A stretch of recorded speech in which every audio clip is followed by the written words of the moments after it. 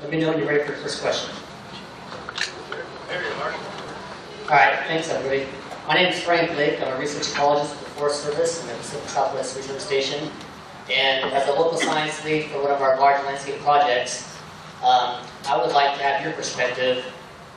Might not get to it all now, but just in the coming months or weeks or years. When we're working all hands on all lands across jurisdictions, looking at a landscape level restoration and restore fire, that involves a deep cultural practice for tribes. And one of my tasks is how do we be inclusive of traditional knowledge and approach our science and our research needs to support tribal communities, particularly when we're trying to address heterogeneity and resilience.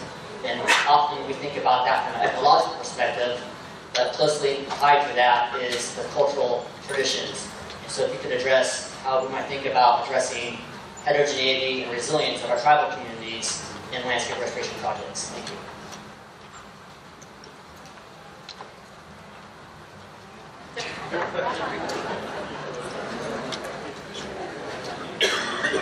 What?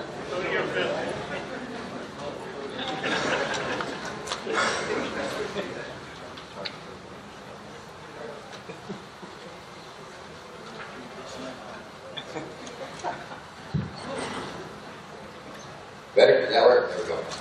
Okay, again, I think that goes back to closing to my presentation, is that you really have to look at stuff over time and space. When you look at heterogeneity, it's hard to do everything on every acre all the time. So you really need to try to time the restrictions through time. As far as incorporating that traditional knowledge, it really just goes back to meeting with the tribes. They're more than happy to volunteer that type of information. And a lot of what tribes used historically was early sale conditions, so usually the treatments that they're looking for are something that's going to bring those early sale species back, some type of disturbance event. So most of the federal ground that I know of anyways, it's in late succession. If not, I mean, it's very homogeneous across the landscape. So anything you can do to poke some holes in that make some diversity there from a species composition standpoint is really beneficial to the tribes, and usually that you'll get good support from that from the tribal membership.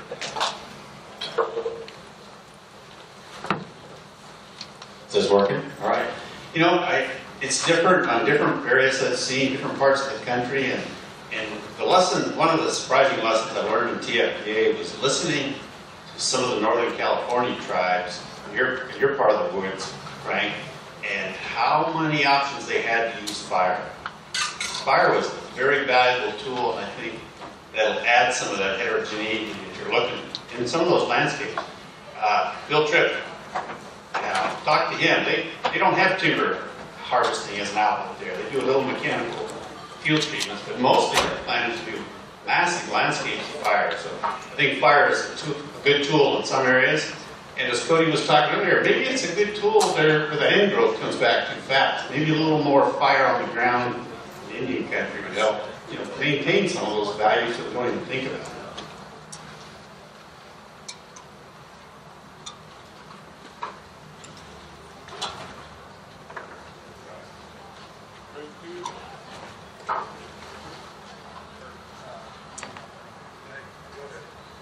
Next question, we can. I'm going to challenge Larry. Very provocative, no surprise to any of us familiar. Thank you. You talked a lot about the R word in CFLRP, the restoration. First of all, I don't have a dog in the fight. I might be from the Forest Service, but I don't. But you did talk about the restoration as being your definition, which you showed one and then you said it's detailed and obscure and you moved on. But the context that I picked up from your comments were your definition was a state or a condition or something that we were going to strive for, and you said it doesn't work, of course, because of climate change and all that. And I agree with all that you said. But then everybody else on the panel talked about where they were successful in doing R, restoration. And I would submit that the R is about restoring processes. Since we have excluded fire, we've excluded free water flow, we've had monocultures in many places for more than 30 years, single age, those kinds of things. So I would submit that R is more about restoring processes So does that, in that interpretation, does it change any of your outlook on CFLRPs or the opportunity to leverage the need to restore processes, not just states? Very right word. Yet, if you think about it in a historical context, I'm old enough where I think about things in historical.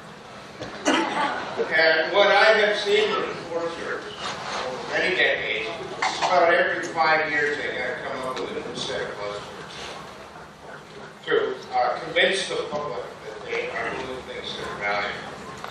And I'm also of an age where I want my comments to be candid and I want them to be accurate. And as far as restoration, I think it's buzzword. I think it's a situation that doesn't exist and cannot be accomplished and is based in a myth that has legacy spread to first contact. When Europeans came to North America and totally underestimated the environment that they encountered, and many Americans today have no understanding of the historical precedents that led to the history of the forests and grasslands in North America.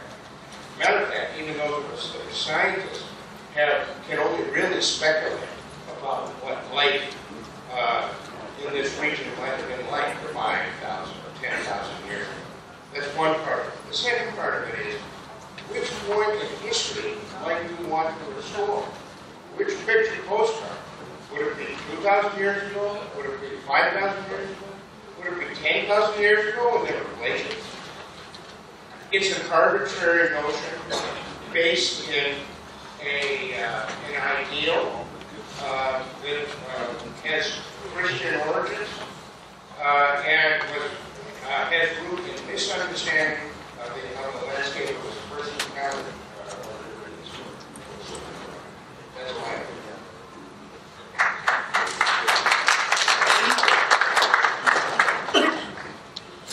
So you said 2000.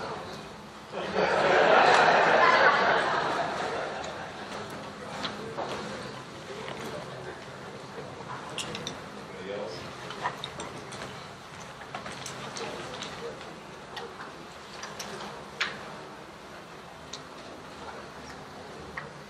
Steve Andriga from Yakima. Thanks, panel. People pointed at me a good coordinator finds all these other people to do the job for him, so I appreciate that. And you can notice that I'm not sitting up there. You guys did all the work, so thanks so much for that. Quick question. I guess it's directed maybe a little bit at Edoras, but whoever wants to answer. But as Indian tribes become more active off-reservation, what should we be watching out for in terms of threats of people who really don't want to see this? I think counties have a vested interest in terms of revenue. Environmental groups have a certain level of distrust. How about industry? The Boise Cascades and others that compete. I'm curious as to what we might watch out for, or if you think there's not going to be threats as we kind of exercise more off-reservation treaty activities. It's an interesting question. I think, just like any tribal members can't necessarily speak for other tribes, I can't speak for the entire industry. There are some participants like Vaughan Brothers and Idaho Forest Group and a number of others that get involved in collaboration openly and honestly and try to make this thing go forward. There are others that don't believe in it and kind of coming along, kicking and screaming. I think we should go back to traditional timber sales. And there is no going back, so we have to go forward.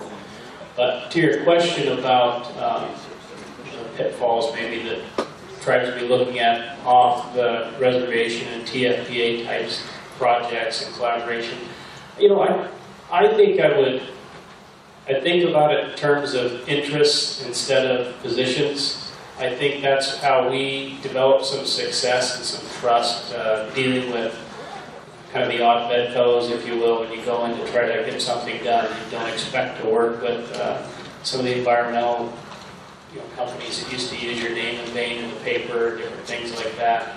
But I think when you start talking about the interests of having healthy landscapes and you know, hunting, fishing, hiking, all the stuff that people like out in the forest land. I think it kind of bonds a discussion, and finding that rapport really helps. So I think I'd start there, because each situation is different. There are environmentalists that come to the table that are open and honest, and there are those that have something hidden, and you might find it, or you might not. So, I don't have a particular answer because it's different with each group, but I think I would go into engaging others that want to be there optimistically, and putting your best foot forward in communication, but also keep in mind that some people have a vested interest, and just try to keep that in the back of your mind until you develop that trust over time.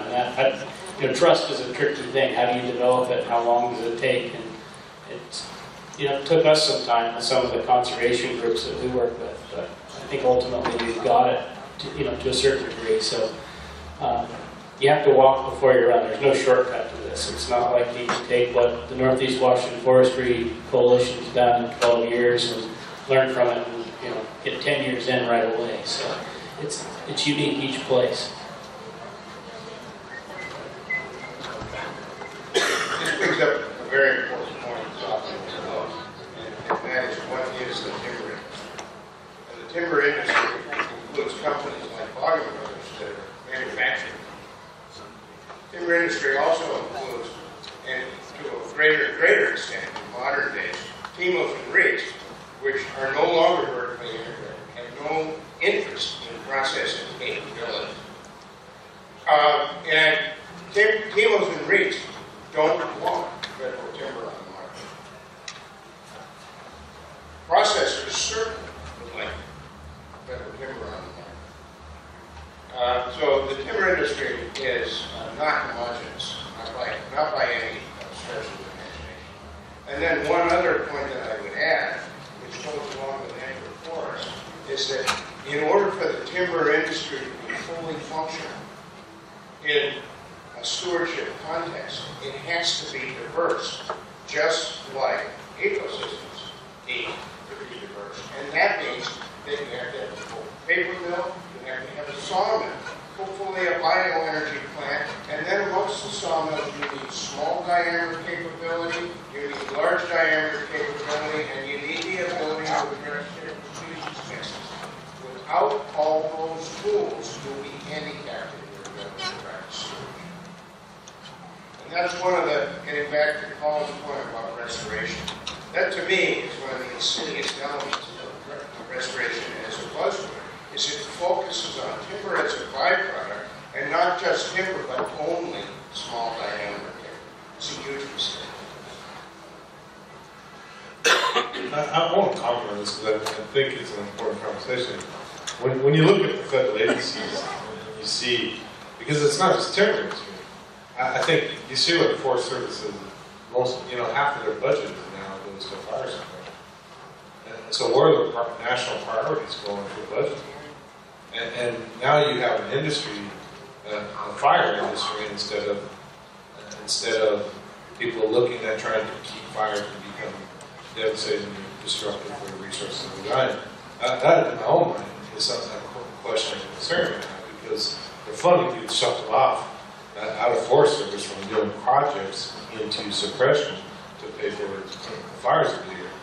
And I think that's a national conversation that doesn't get touched on, and because you have created a different industry that really doesn't have any checks or balances.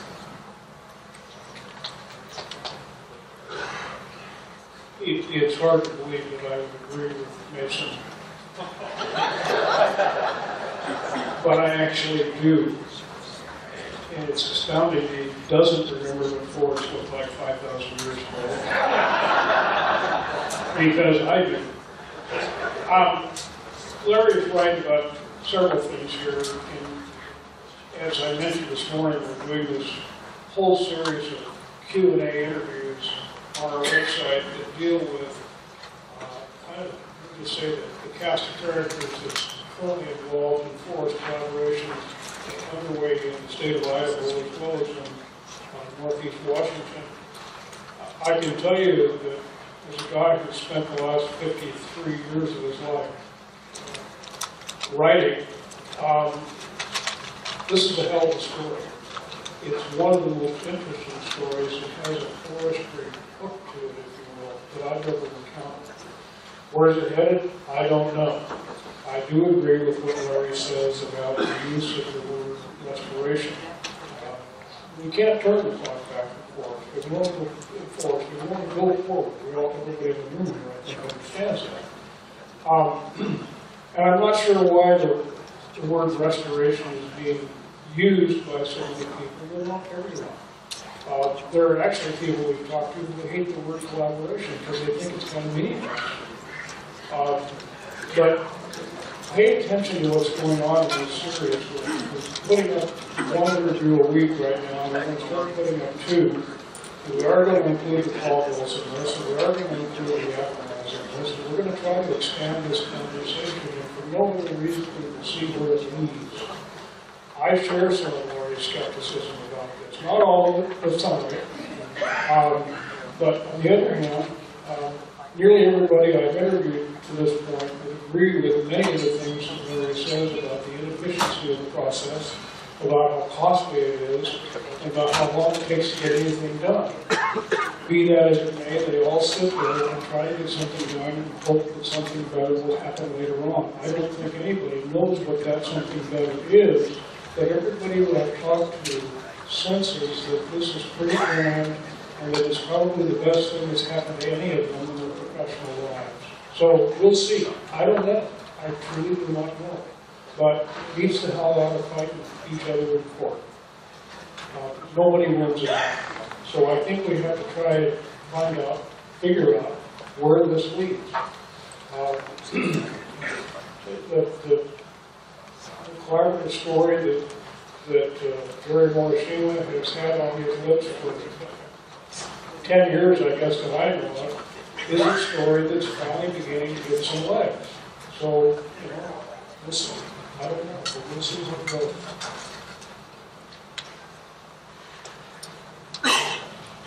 I'd like to just follow up on both Larry and Cody. There's a couple of really interesting things come up here concerning the anchor forest in our study here the last 2 years, and things that I've learned just today that are interesting. But the IPMAT report gave the tribes, an A to an A+ for effort and what the forestry looked like on tribal lands.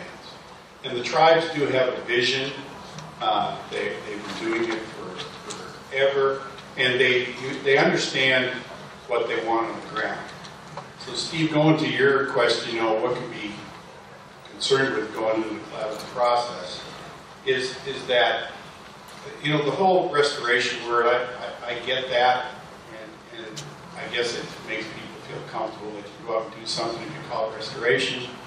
But what I see in the collaboratives and some of the participants, and we saw this in Larry's presentation, is that some of them are in there for the trade. Well, we'll let you do this if you give us more wilderness.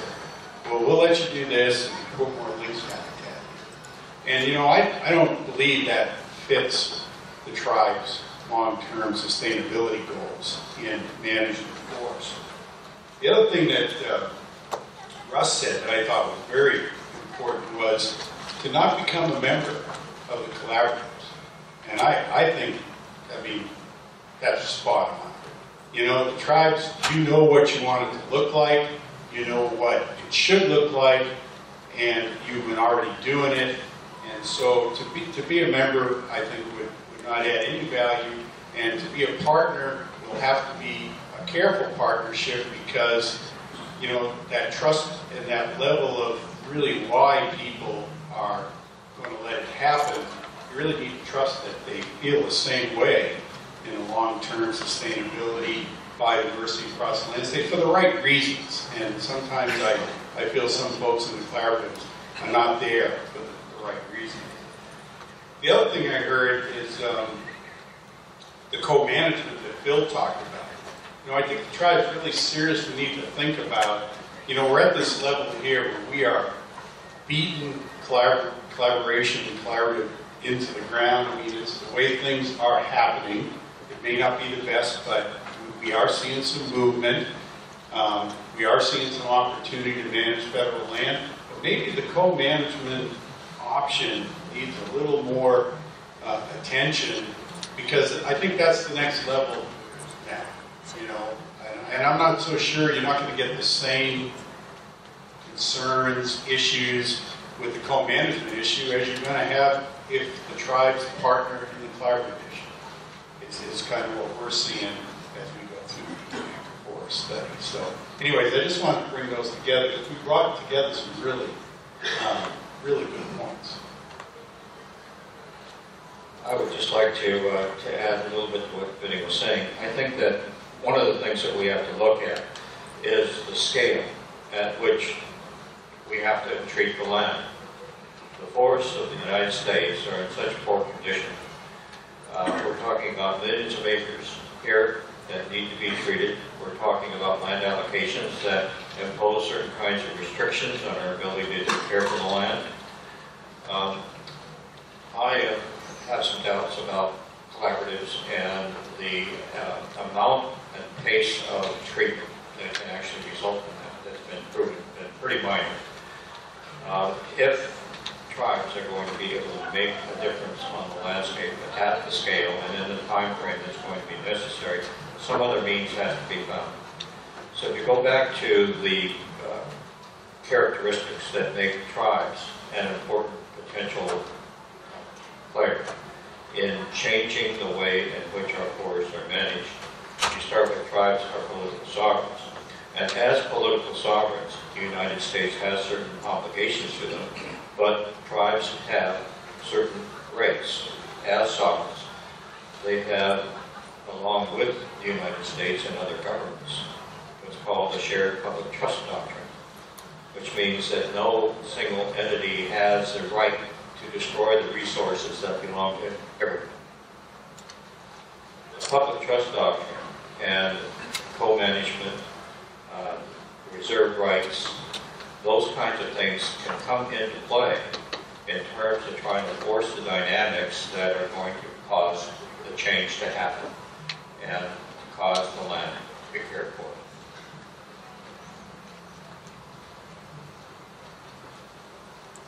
So, I think unless we have any more questions, what am I trying to wind down to?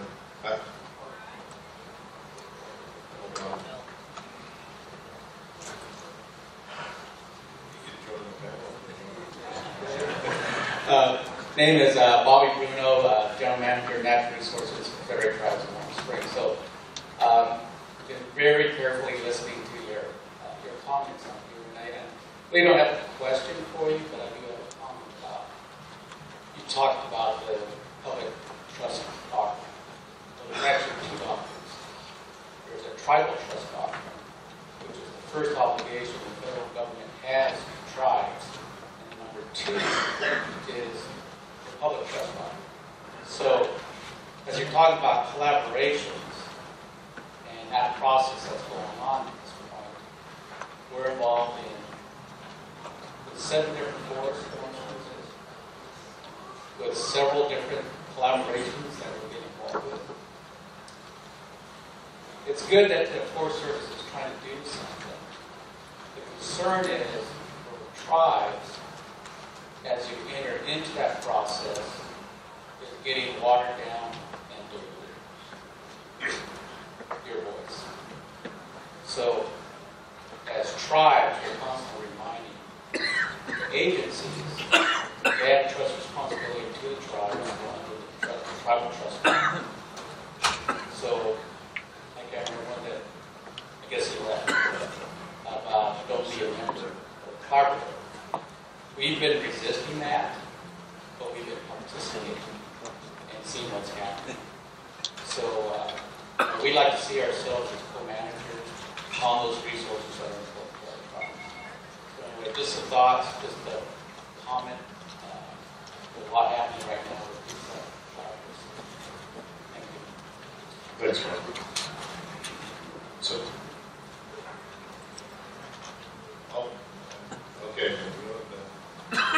I was told to make it good. Had a bill trip with Cutter Drive. I think that the buzzwords we're probably never going to get away from, but they're useful. Without them, you can't utilize the power of networks. So I think that what we are really looking at is we're looking at relationships, we're looking at process, and we're looking at results. And so it's the restoration word behind that is restoring the relationship of people and place. And so that could be to fire, it could be to hunting, it could be to the basket weavers, basket making, whatever it is, whatever that relationship is. And so that's the important part to strive for, is to restore that relationship. And establish a process and achieve results. Adapt in time and change. What did you do? How did your results affect your relationship with that place? And then adapt. It's not a static condition. And I think it comes down to the neat process and the fact that you have to look at desired future condition. And so I think people mistakenly look at condition as a static state, but really you can also interpret that as being a dynamic function. And so it's hard to put into a document, but if you do look at it that way and tell your story in your purpose and need, and follow it all the way through the process, and communicating with everybody that's involved, and engaging as many people as you can and create a common message to move forward. I think that's where the success lies. Thank you. So I really want to, I kind of want to wind down this session. I'll take it for right now. But there's a couple things I think is really important. Today was a longer conversation about the business that a lot of the major things that we've been talking about. Tomorrow we will have a business meeting, and I hope the tribe and the representatives that will come to the meeting keep this in mind, and if you do have more questions and conversations and things to bring to the forefront, comments like Bobby brought, and the concepts that as we move forward, please come and please provide those comments. I think that's a really important thing, that we continue to have the dialogue amongst all of us as we move forward. The second thing I think is really important is this panel and the folks that spoke today were, they did an awesome job, and I think this thing, innovation is going to